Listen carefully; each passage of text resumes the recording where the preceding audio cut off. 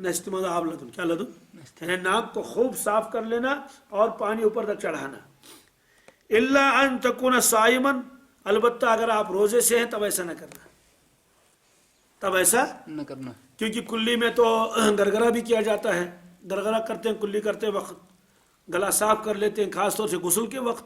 لیکن اگر کوئی آدمی روزے سے ہے تو اس وقت احتیاط کرنا چاہیے, اس وقت گرگرا کرنے کی ضرورت نہیں ہے, اور ناک میں اوپر تک بہت زیادہ مبالغہ کرنے کی کوئی ضرورت نہیں ہے. نرم حصے تک پہنچا دو, فرض ادا ہو گیا. لیکن آپ نے فرمایا بالغ فی الاستنشاق, اچھی طرح سے بہترین اندازے سے آپ کیا کر لیں, ناک میں پانی چڑھا لیں.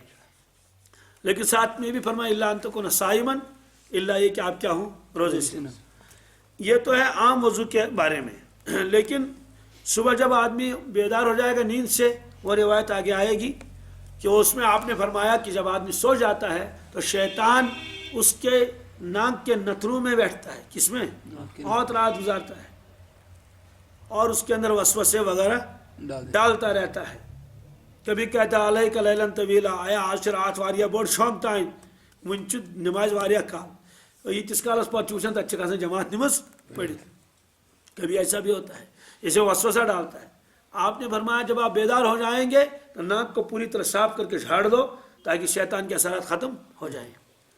اس روایت کی شرح میں شارحین فرماتے ہیں اس سے پتہ چلتا ہے برا انسان, برا شخص جہاں بھی بیٹھے گا اس کی برائی کے اثرات رہیں گے. صالح انسان, صالح فرد جہاں بھی بیٹھیں گے اس کی نیکی کے اثرات پڑ جائیں گے.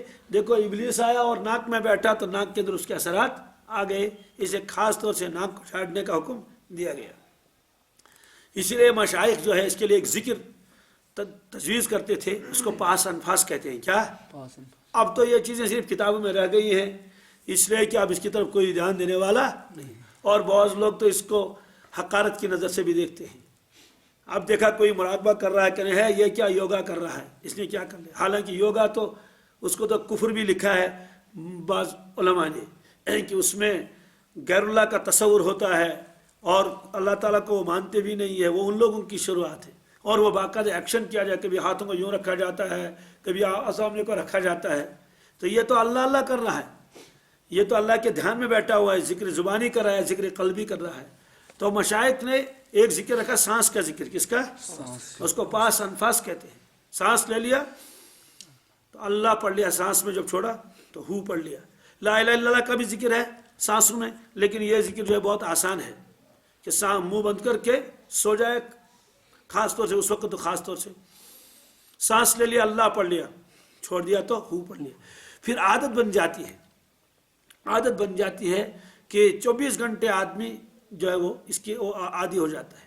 میں نے ایک شخص کو خود دیکھا, ایک مرتبہ ایک خانقاہ میں بہت سارے لوگ تھے, تو اس میں نے دیکھا حالانکہ وہ سویا ہوا تھا لیکن اس کے سانس سے برابر اللہ ہو کی آواز نکل رہی تھی, برابر اللہ ہو کی, حالانکہ تو وہ سویا ہوا تھا.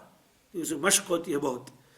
تو اس طرح سے اثرات جو ہے شیطان کے پڑ جاتے ہیں. فرمایا کہ آپ ناک کو کیا کر لو, صاف کر لو, کہ شیطان رات میں جو بیٹھتا ہے انسان کی کس میں, نتنوں بیٹھتا ہے, رات گزارتا ہے.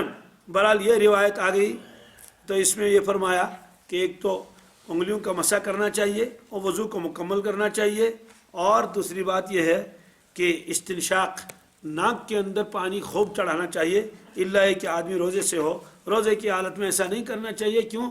اس لیے کہ ناک کا تعلق تو کس کے ساتھ ہے, حلق کے ساتھ. تو اگر نشتہ دوا تراؤن سہ اپری ووتمت کوت ہٹس میں ابھی کے اثرات, تو دوائی کے اثرات تو محسوس ہوتے ہیں کیونکہ وہ کڑوا کڑوا اس کا مزہ آتا ہے, کڑوی دوا ہوتی ہے, تو لیکن پانی کا جو احساس نہیں ہوگا. اس لیے آپ نے فرمایا کہ اس میں مبالغہ نہ کرے استنشاق کے اندر. بہرحال ابھی وضو کا بیان چل ہی رہا ہے, اس میں وضو کی اور بھی روایتیں آئیں گی جس کے اندر جو ہے وہ باقی مسائل بھی آ جائیں گے. وہ خلال کے بارے میں, داڑھی کے خلال کے بارے میں, اور اس انگلیوں کے خلال کے بارے میں, اور اس طرح سے بہت ساری روایتیں جو ہے اس میں آ جائیں گی انشاءاللہ آگے کو.